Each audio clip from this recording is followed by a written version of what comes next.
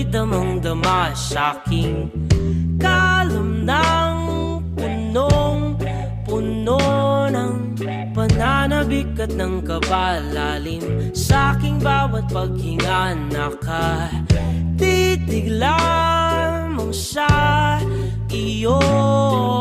Naglakad ka ng dahan-dahan sa pasilyo tungo sa altar ng simbahan. Hahag